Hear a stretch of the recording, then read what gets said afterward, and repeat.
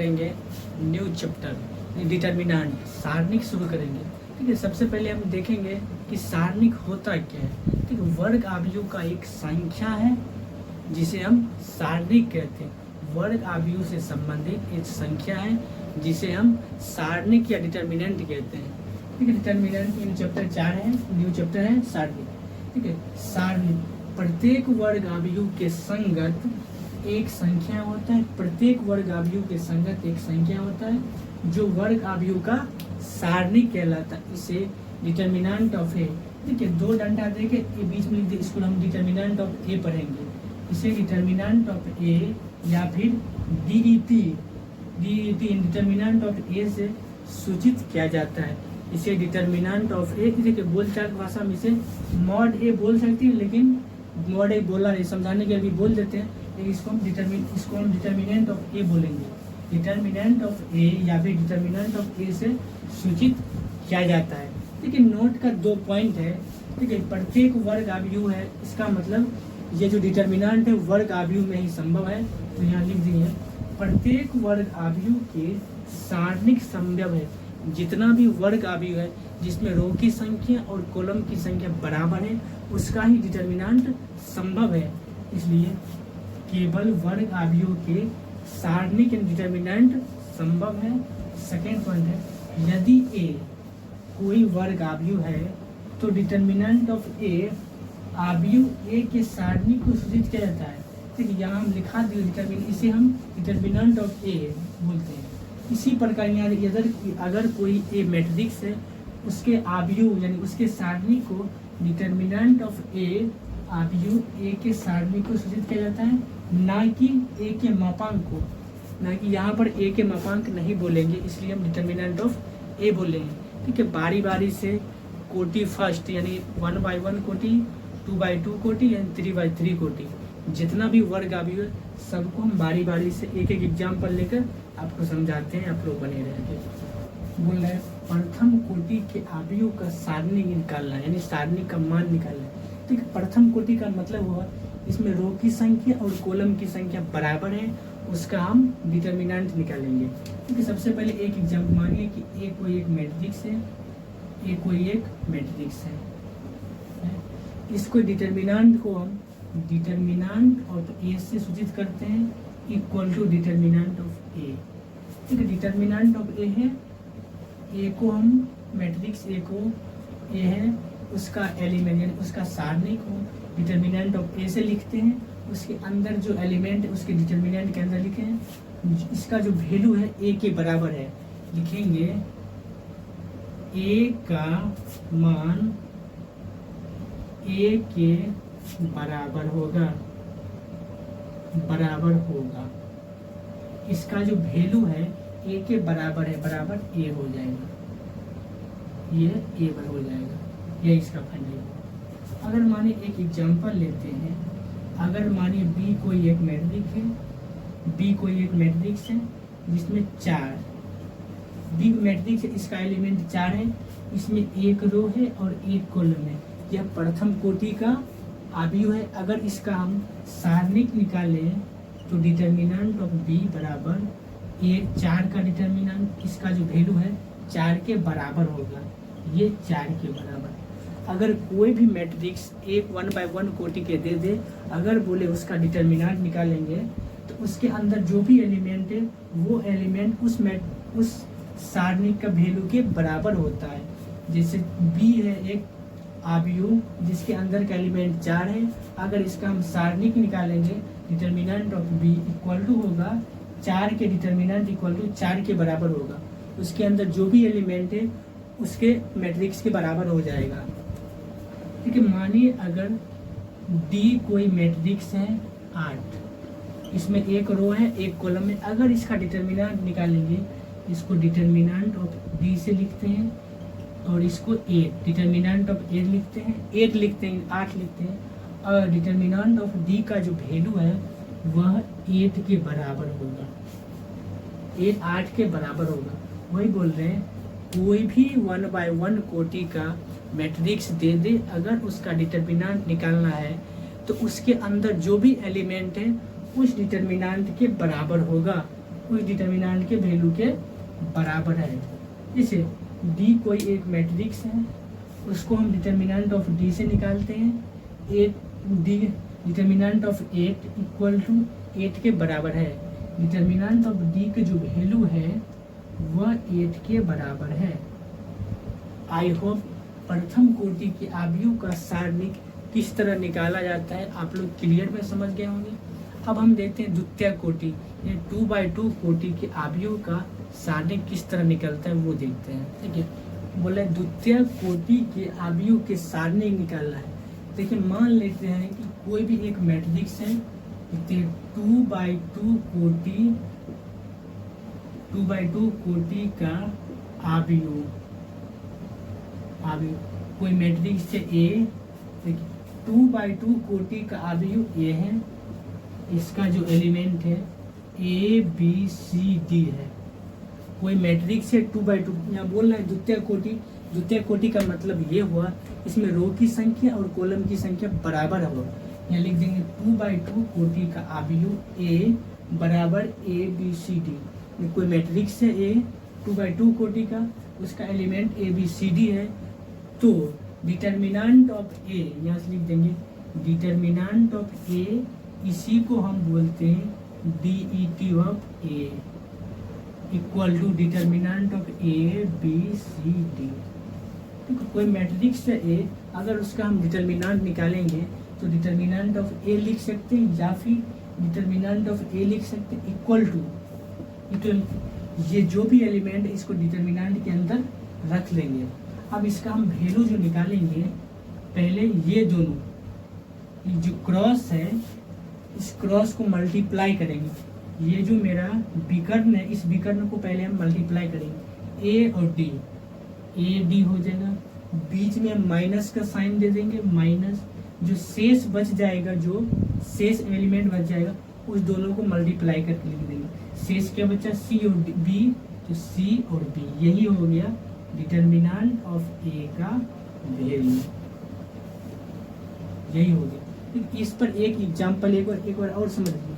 अगर कोई 2/2 कोटि का आव्यूह है, अगर उसका डिटर्मिनेंट निकालना हो तो सबसे पहले उस मैट्रिक्स जो भी मैट्रिक्स है उसको डिटर्मिनेंट ऑफ ए इस तरह हम लिखते हैं दो डंडा के बीच में, या फिर उसको DET ए लिख सकते हैं।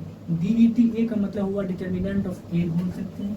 उस जो भी एलिमेंट होगा मैट्रिक्स का उसको हम दो डंडे के बीच डिटर्मिनेंट ऑफ ए इस तरह से लिखते हैं, दो डंडे के बीच लिख देंगे। उसका जो मुख्य विकर्ण है उस मुख्य विकर्ण को मल्टीप्लाई करेंगे, AD है AD लिख दिए, फिर बीच में माइनस का साइन देंगे, जो शेष एलिमेंट बच जाएगा उसको मल्टीप्लाई करेंगे, CB मल्टीप्लाई करेंगे। ये हो गया डिटर्मिनेंट ऑफ ए। इस पर एक एग्जांपल देते हैं, आपको क्लियर में समझ आएगा। मानिए कि B कोई एक मैट्रिक्स है 8 2 3 7, ये कोई मैट्रिक्स है और बोल रहा है डिटर्मिनेंट ऑफ ए निकालना है, तो यहाँ से लिख देंगे। तो डिटर्मिनेंट ऑफ बी निकालना है, यहाँ बनाते हैं डिटर्मिनेंट ऑफ बी, इसी को बोलते हैं इक्वल टू दो डंडा के बीच इस मैट्रिक्स का एलिमेंट को रख देंगे 8 2 7 3, और इसका जो मुख्य विकर्ण है पहले उस मुख्य विकर्ण को मल्टीप्लाई करें। इसका मुख्य विकर्ण यही है, 8 में 3 से मल्टीप्लाई करेंगे 8 24 हो गया, 24। जो शेष एलिमेंट बच गया उसको भी मल्टीप्लाई करेंगे, 7 दूना 14। अब घटा के लिख देंगे, 4 में 4 गया 0 हो गया, 2 में से गया 1 हो गया। इसका जो फाइनल आंसर आया 10 आया। डिटर्मिनेंट एक प्रकार की या एक संख्या है, इसीलिए इसका मान कितना है 10 आया। ठीक है, कोई भी वर्ग आव्यूह का एक संख्या है जिसको हम क्या बोलते हैं डिटर्मिनेंट बोलते हैं। ठीक है, मैट्रिक्स बी है, इसका जो मुख्य विकर्ण है 8 3 दोनों को मल्टीप्लाई किए, आज 24 हो गया, बीच में सूत्र में भी माइनस है तो माइनस का साइन दिया, फिर जो शेष एलिमेंट बच गया 7 और 2 दोनों को मल्टीप्लाई करेंगे, 7 दूना 14, दोनों को घटा दिए 10 आया। यह इसका फाइनल आंसर है। आई होप द्वितीय कोटि के आव्यूह का सारणिक आप समझ गए होंगे।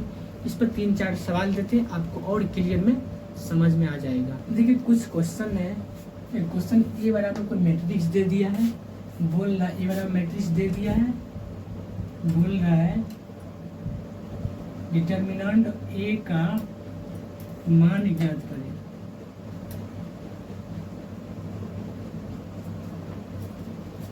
ठीक है, यहाँ पर ए बराबर कोई मैट्रिक्स दिया है और डिटर्मिनेंट ऑफ ए का मान ज्ञात करें। ठीक है, क्या करें, यहाँ लिख देंगे हल में, पहले डिटर्मिनेंट ऑफ ए लिख लेंगे। Determinant of A equal to, इस मैट्रिक्स को डिटर्मिनेंट के अंदर रख देंगे 2 4 माइनस 1 2। ठीक है, इसका जो मुख्य विकर्ण है, पहले वो मुख्य विकर्ण को मल्टीप्लाई करेंगे। मुख्य विकर्ण 2 2 है, 2 2 ना कितना होता है 4 होता है।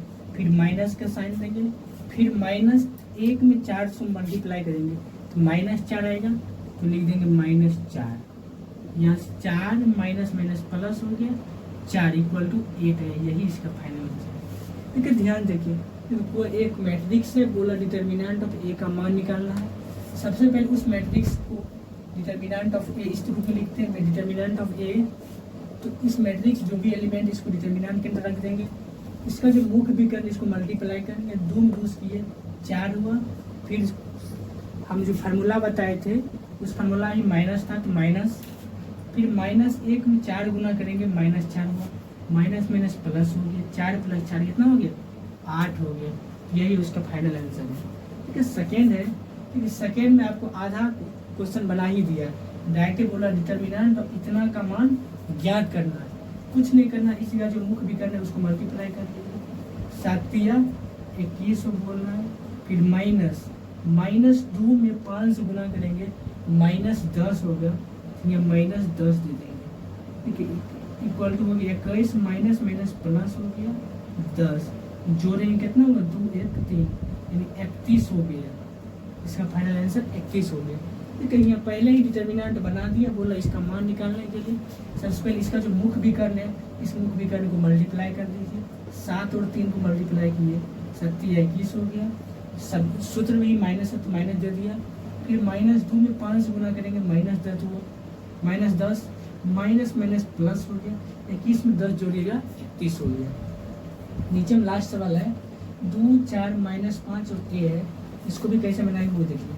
इसका जो मुख्य विकर्ण है उसको पहले मल्टीप्लाई करेंगे, 2 1 2 हो गया, -5 चौक 20 -20 होगा, माइनस माइनस प्लस हो कर लिया 20 20 2 22 हो गया। यही हुआ फाइनल।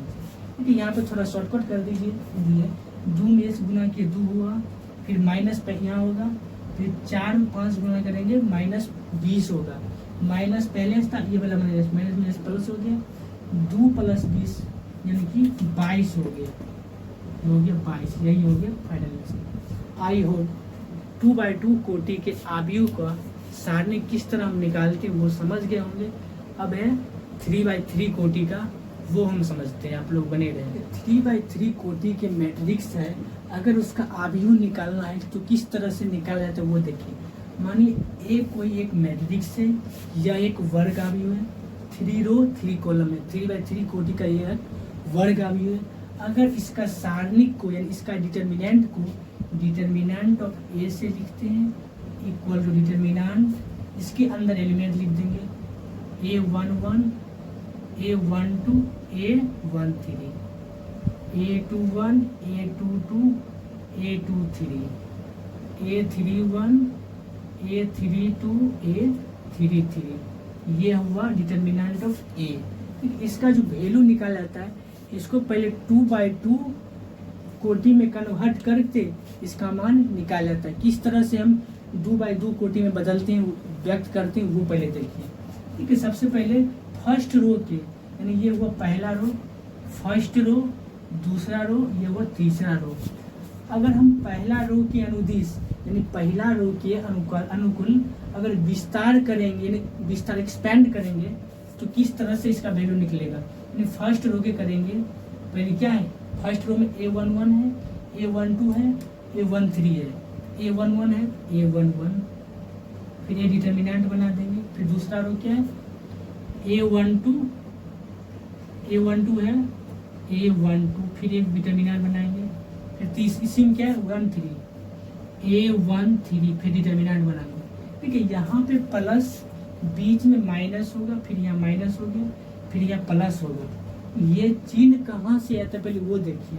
ठीक है, -1 पर पावर i प्लस j होता है। इसका लोकल साइन, इसका स्थानीय चिन्ह जो है a का a12 a13, इसका स्थानीय चिन्ह होता है -1 पर पावर i प्लस j।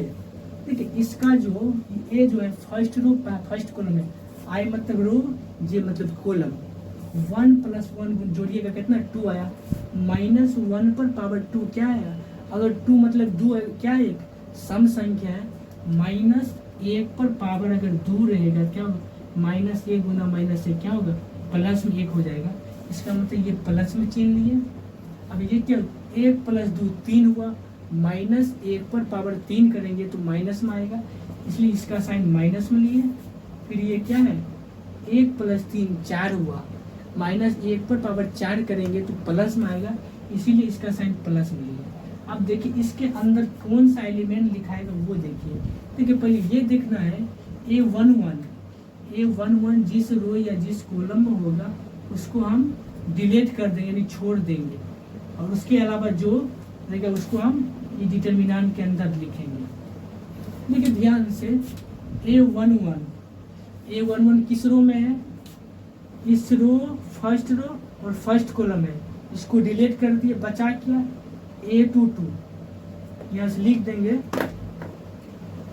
क्या बच गया, यहाँ से A22 A22 A23 A23 A32 A32 A33 A33।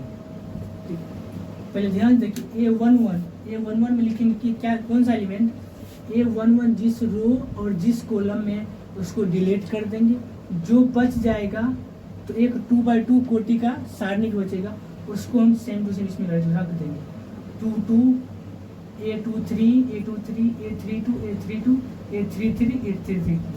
फिर माइनस में A12 माइनस कहाँ से आया वो तो समझ गए हैं। अब A12 जिस रो और जिस कॉलम में उसको डिलीट कर देंगे, इस रो में है और इस कॉलम में है, तो बचा क्या ये इस रो और इस कॉलम में क्या बच जाएगा, ये बचा A21 A23 A23 A31 A31 A33। ठीक है, फिर देखिए कैसे हुआ A22, ये जो है A12 है, A12 जिस रो और जिस कॉलम में उसको ढक दीजिए, ध्यान से ढक दीजिए, तो बचा क्या, इस रो इस कॉलम में ढक दीजिए, बचा क्या A21 A23 A31 A33 ये हुआ। अब देखिए A13 जिस रो और जिस कॉलम में उसको भी ढक दीजिए, इसको जब ढक देंगे क्या होगा वो देख लेंगे। ये तो रो खत्म हो गया, ये भी रो खत्म हो, बचा क्या, इसको ढक देंगे तो क्या बचा A12, यहाँ लिख देंगे A12 A22 A31 A32। ठीक है, ध्यान से कैसे लिखे वो देखिए, A13 जिस रो जिस कॉलम में उसको हम डिलीट करते हैं, ढक दिए, जो सारणी बच गया उस सारणी को उठाकर इस सारणी में रख दीजिए, A21 A22 A31 A32 ये हुआ।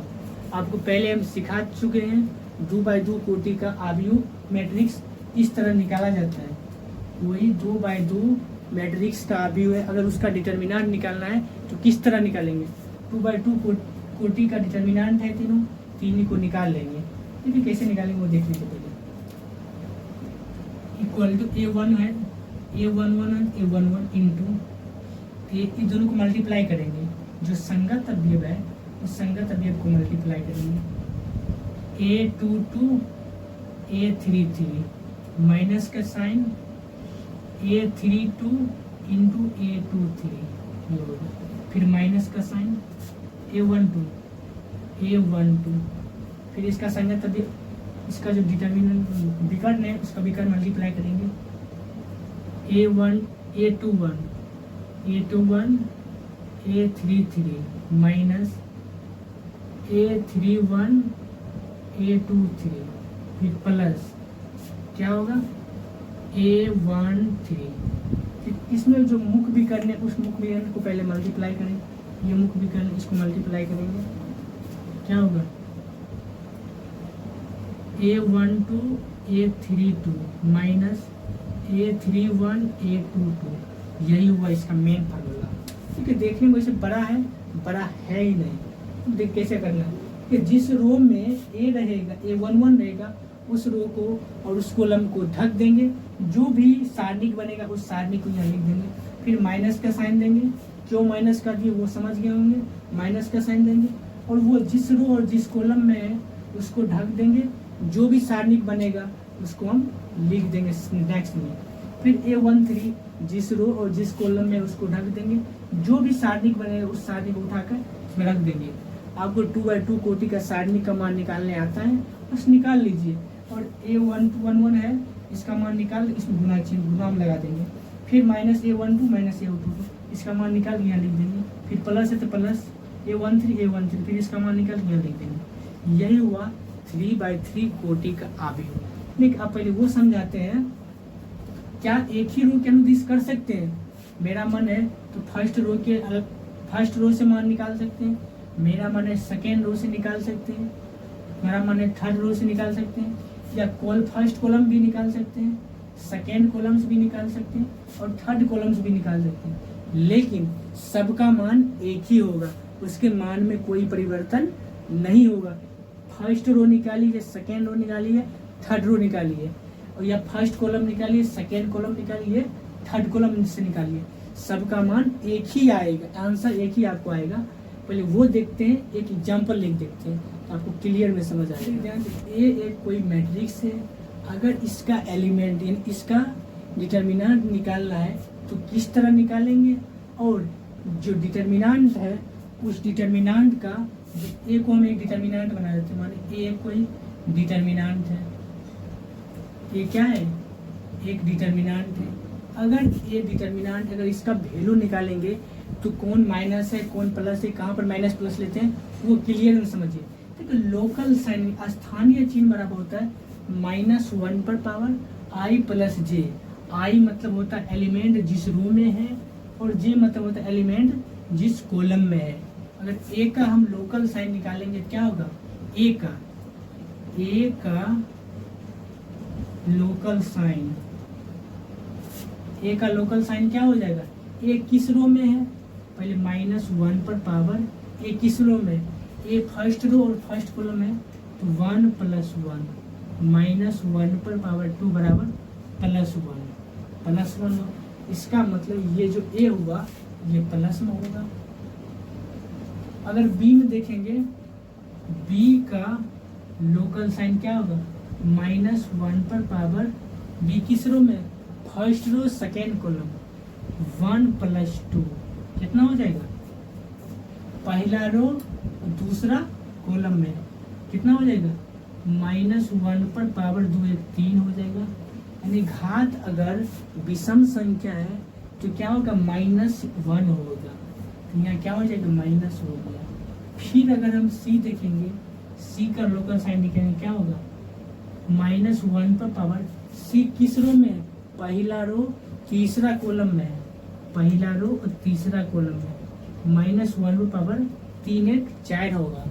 -1 पावर 4 का मतलब अगर -1 पर विषम संख्या हो, अगर सम संख्या हो तो +1 होता है, +1 होता है, +1। इसका मतलब ये हो गया, एक प्लस और एक माइनस का कतार चलता है, प्लस माइनस प्लस, फिर minus plus minus plus minus plus. ठीक है, ध्यान देखिए, अगर माइनस है, माइनस के आगे पीछे साइड प्लस ही है, जो प्लस है उसके आगे पीछे साइड प्लस माइनस वाले हैं। इसका मतलब जहाँ पर प्लस होगा उसके आगे पीछे दोनों साइड क्या होगा, प्लस होगा, माइनस वाले में प्लस होगा, plus minus plus minus plus minus plus minus plus, इस रूप में चलता है साइन।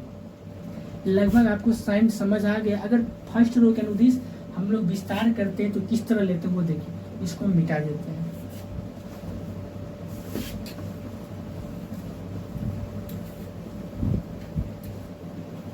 आप लोकल साइन तो समझ गए हैं, इसका कहाँ पे कौन सा साइन लेना था।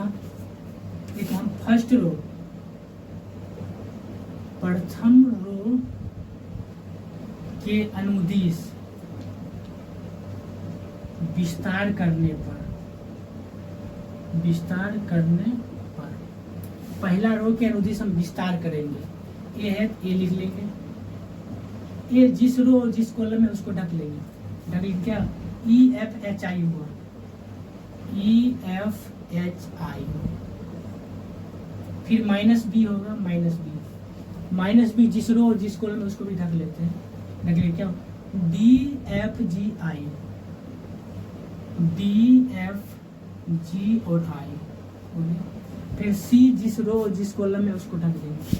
प्लस में C है, प्लस में C लगा देंगे, ढक लेंगे। कितना होगा, DEGH होगा। इसका जो मान निकालना वो देख लीजिए। ए है ए, EI डायरेक्ट निकाल देते हैं, विकर्ण को multiple, EI minus HF minus BL। EI minus का साइन होगा, HF हो गया, फिर -BH -B हो गया, DI minus GF plus CH plus में C हो गया, DH माइनस GE हो गया। यही हुआ फर्स्ट रो के अनुदिश। अगर आप सेकेंड रो के अनुदिश कीजिएगा तो वो भी कर सकते हैं एक ही क्वेश्चन में। अगर माने थर्ड रो करना है वो भी कर सकते हैं, लेकिन आंसर सेम ही आएगा सबका। एक अंक में एग्जाम्पल लेते हैं, वो क्लियर में समझ आएगा। ठीक है, आपको ये हम इसलिए दिए ताकि आपको साइन का पता क्लियर में लग जाएगा, कहाँ पे प्लस होगा कहाँ पर माइनस होगा। ठीक है, प्लस माइनस पर देखिए, याद रखिएगा जो एलिमेंट जिस रो और जिस कॉलम में -1 पर पावर उतना रो उतना कॉलम देख ऐड करना है। अगर -1 पर पावर सम संख्या है तो पॉजिटिव होगा, अगर -1 पावर विषम संख्या है तो वो निगेटिव होगा। इस तरह हम फर्स्ट 3x3 कोटि का है, इसको 2x2 कोटि में बदल व्यक्त करके हम प्रत्येक का मान निकाल लिए और सबको जो ऐड वाले थे ऐड किए, जो सब्ट्रैक्ट वाले को सब्ट्रैक्ट कर दिए। आई होप क्लियर में समझ में आ गया होगा। 3x3 कोटि के मैथ अगर डिटर्मिनेंट का वैल्यू निकालना है उसमें लोकल साइन किस तरह दिया जाता है। एक एग्जांपल लेते हैं, प्यारा सा क्वेश्चन है, ध्यान देखिए। 3x3 कोटि का एक मैट्रिक्स है, इसका क्या करना है, मान निकालना है। सबसे पहले इसमें जितना भी first row second row third row यानी जो कोई भी रो के अनुदिश निकालेगा आंसर सेम ही आएगा। हम इसको तीनों रो पहले फर्स्ट रो से निकालते हैं, फिर सेकेंड रो से निकालते हैं, फिर थर्ड रो से निकालते हैं, क्योंकि सब का आंसर बराबर होगा वो आपको दिखाते हैं। इसमें लिख देंगे प्रथम रो के अनुदिश विस्तार करने पर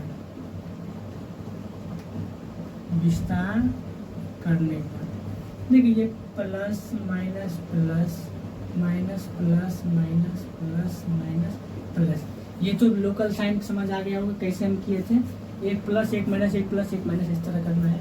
ठीक है, ध्यान देखिए 3 पहले हम इक्वल टू करेंगे, 3 माइनस माइनस प्लस, देखिए माइनस है फिर -1 दे देंगे जिस रो है जिस कॉलम में है, फिर प्लस माइनस में 2 है हो गया। ध्यान देखिए 3 जो है जिस रो और जिस कॉलम में उसको ढक लेंगे, जो ढक लिए क्या हो गया 0 -1 -5 0 लिख देंगे 0 -1 -5 0, फिर -1 जिस रो और जिस कॉलम में उसको भी ढक लेंगे।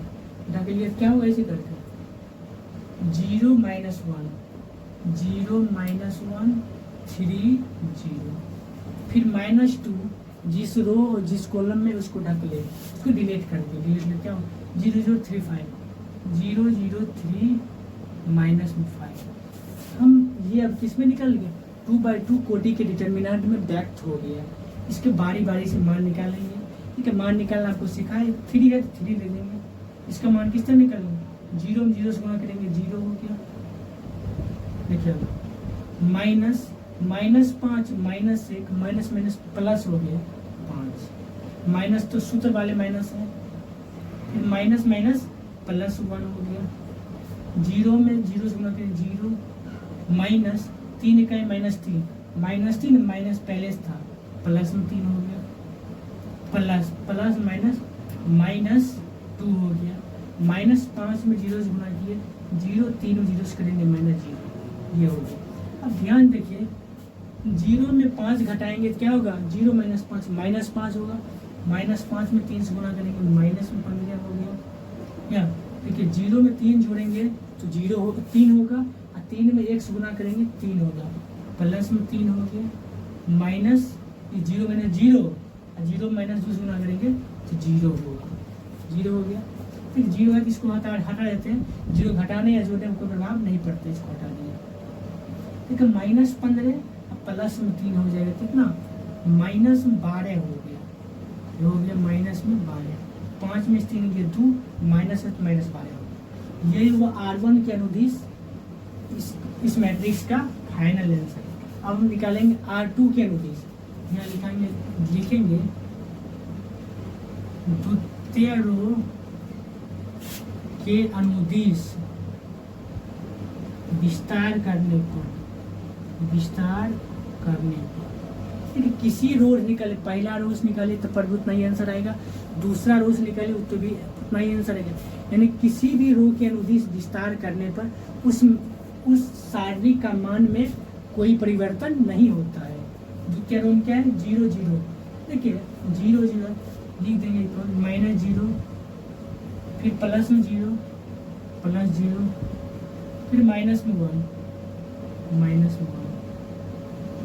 देखिए -0 जिस रो में उसको डिलीट कीजिए, -1 -2 -1 -2 -5 0 -5 0 वाले, फिर प्लस वाले 0 जिस रो और जिस कॉलम में उसको हम ढक देंगे।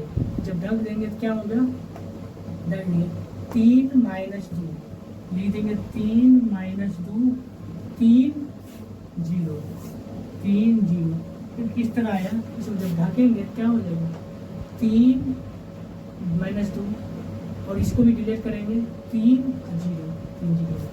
अब देखना -1 जिस रो और जिस कॉलम में उसको डिलीट करेंगे, माइनस इस रो में है और इस कॉलम में, इसको लास्ट वाला डिलीट कर दिए, 3 - 1 3 - 1 3 - 5 3 - 5 3 - 1 3 - 5 ये होगा।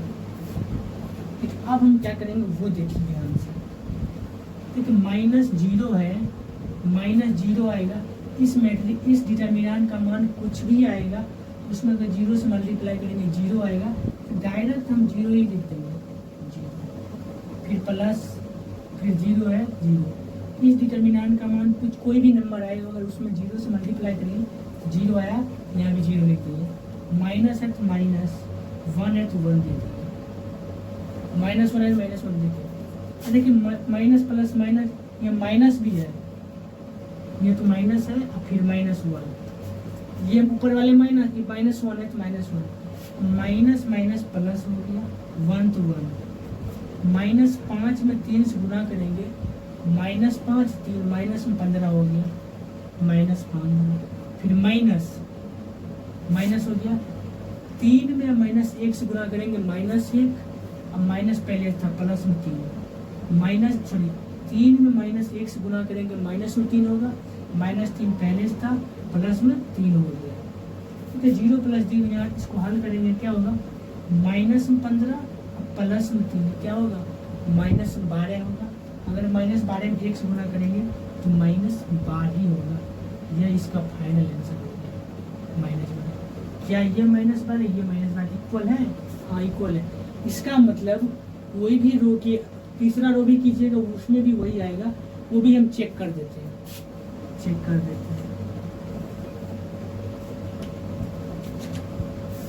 लिख देंगे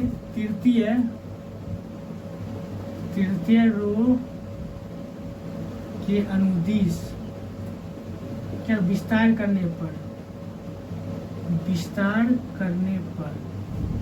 ठीक है, तृतीय रो के अनुदिश विस्तार करने पर, तृतीय रो तो ये है, इसमें प्लस में 3 होगा इक्वल टू 3, फिर -5 माइनस धोबे करेगा, फिर से -5 आएगा, तो माइनस के साइन तो ऊपर में माइनस तो होगा, फिर -5 है -5। देखिए 0 वाले को नहीं लिखते क्योंकि 0 वाले से मल्टीप्लाई करेंगे तो वही होगा, जीरो ही होगा, इसे जीरो वाले दिखते ही नहीं है। ठीक है, जिस रो जिस कॉलम में इसको रखो, -1 -2, -1 -2 -1 -2 हो गया। उसके बाद 0 - 1 0 - 1 हो गया। ठीक है, 3 जिस रो में उसको रखेंगे, रख लेंगे -1 -2 0 - 1 -1 -2 0 - 1। अब 5 जिस रो में उसको रखेंगे, 5 इस रो में क्या होगा, 3 - 2 3 - 2 0 - 1 तो 0 - 1। अब इसको जब हल करेंगे तो क्या आएगा वो देखिए, 3 है तो 3 लिख देंगे, -1 में 1 से गुणा करें, -1 किया, माइनस प्लस नहीं करेंगे, +1 -2 में 0 किया, प्लस में 0 दे देंगे, या -0 होगा तो वही हो जाएगा, माइनस प्लस हो गया 5। 3 में -1 से गुणा किए, -3 हो गया, फिर -2 में 0 किए, 0 हो गया। ठीक है, हम क्या करेंगे वो देखिए, 1 में अगर 0 जोड़ेंगे तो 1 ही होगा, 1 में 3 गुना करेंगे 3 हो गया, प्लस -3 में 0 जोड़ेंगे तो -3 होगा, -3 में 5 गुना करेंगे, माइनस में 15 होगा, यहाँ लिख देंगे -15। इसको हल करेंगे क्या हो गया, माइनस में 12 आएगा, 12 × 15। ठीक है, सबका आंसर सेम ही है, -12 -12। इसका मतलब कोई एक रो निकाले या कोई दूसरा रो निकाले या तीसरा, किसी भी रो के अनुदिश विस्तार कीजिएगा तो उस मैट्रिक्स का आंसर सेम ही आएगा। लेकिन एक बात याद रखिएगा, जिस रो या जिस कॉलम में ज़्यादा मात्रा में 0 हो, जिस रो या जिस कॉलम में ज़्यादा मात्रा में 0 हो, उसकी अनुदिश करेंगे तो हमको कैलकुलेशन करने में आसान होगा, ज़्यादा लंबा नहीं होगा, लेकिन आंसर सेम ही आएगा। इसमें क्या है, इसमें एक ही है, लेकिन हम कैलकुलेशन करके आपको तीनों को दिखाए, बाकी 2 तो 0 ही आया, इसका ही आंसर ना आया -12, लेकिन हम 0 + 0 दे दिए। अगर आप सीख जाएंगे तो एक बार हम 0 + 0 देकर सिर्फ इसी का निकाल लेंगे, हो गया। इसलिए किसी भी रो के अनुदिश करने पर उसका आंसर में कोई परिवर्तन नहीं होता। इसका एक पॉइंट लिखा, उससे 2 पॉइंट निकला है कि डिटर्मिनेंट का मान किसी रो या कॉलम के अनुदिश विस्तार करने से प्राप्त होता है।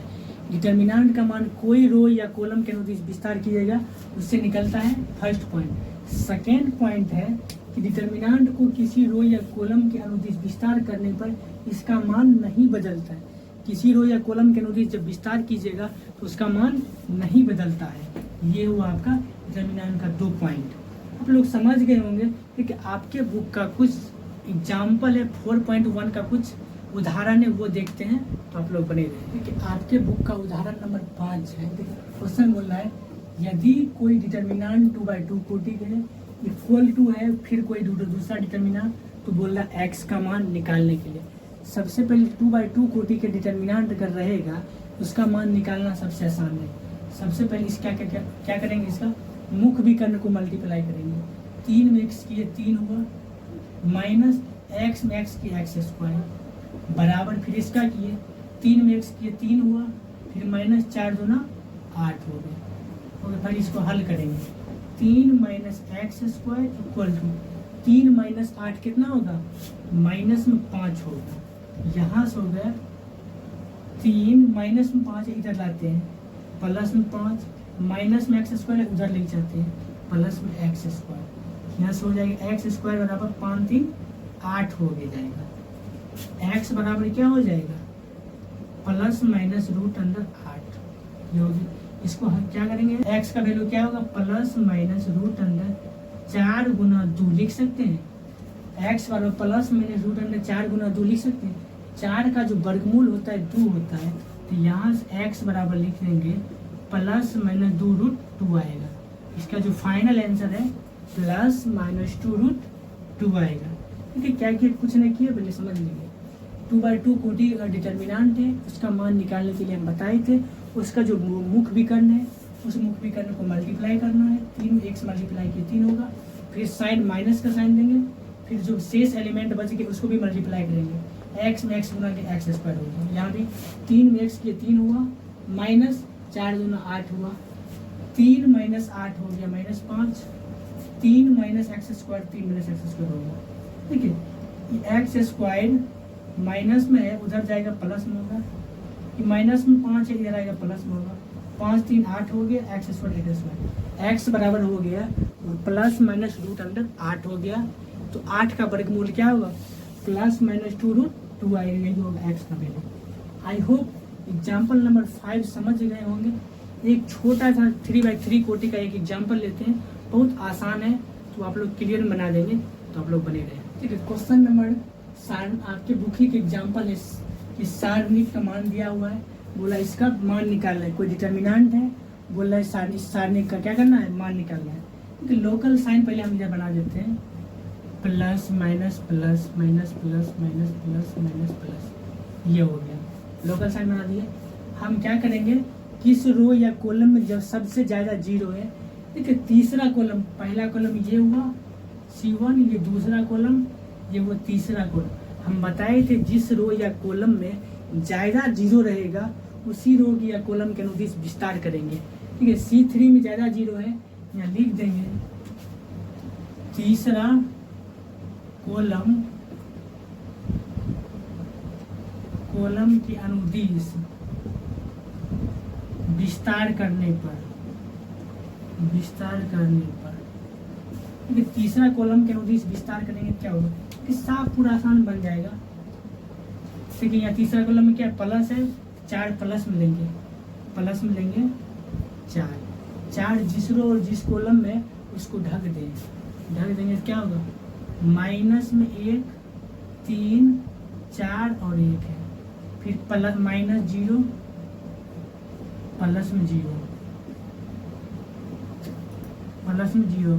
देखिए अगर यहाँ पर 0 है तो डायरेक्ट हम लोग 0 भी कर सकते हैं, ये डायरेक्ट भी 0 कर सकते हैं, अगर नहीं तो ले लीजिए क्या होगा, इस तरह से 1 4 ऐसे लिए, ऐसे 1 4 4 0 1 4 4 0, फिर इस रूप में लिखते हैं, तीसरा होगा 1 2 माइनस 1 3 ले लिए। इसको देखिए 4 है तो 4 ले लिए, इसका मान निकालेंगे क्या होगा, माइनस 1 में 1 से गुना करेंगे तो माइनस में 1 होगा, फिर माइनस का साइन 4 दिया 12 हो गया माइनस। इस सब में कुछ इसका वैल्यू कुछ भी आए, अगर उसमें हम 0 से मल्टीप्लाई करेंगे तो 0 ही आएगा क्योंकि 0 है।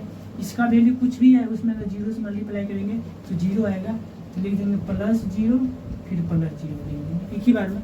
कल हल करेंगे, हमको पता है कि 0 ही आएगा, कल हल करेंगे, फिर यहाँ इसको हल करेंगे क्या होगा, 4 माइनस 12 माइनस 1, माइनस में क्या हो जाएगा, माइनस में 13 आएगा, माइनस 13 में 4 से गुना करेंगे, 13 चौक 52, माइनस में 52 आएगा, यही आपका फाइनल आंसर है।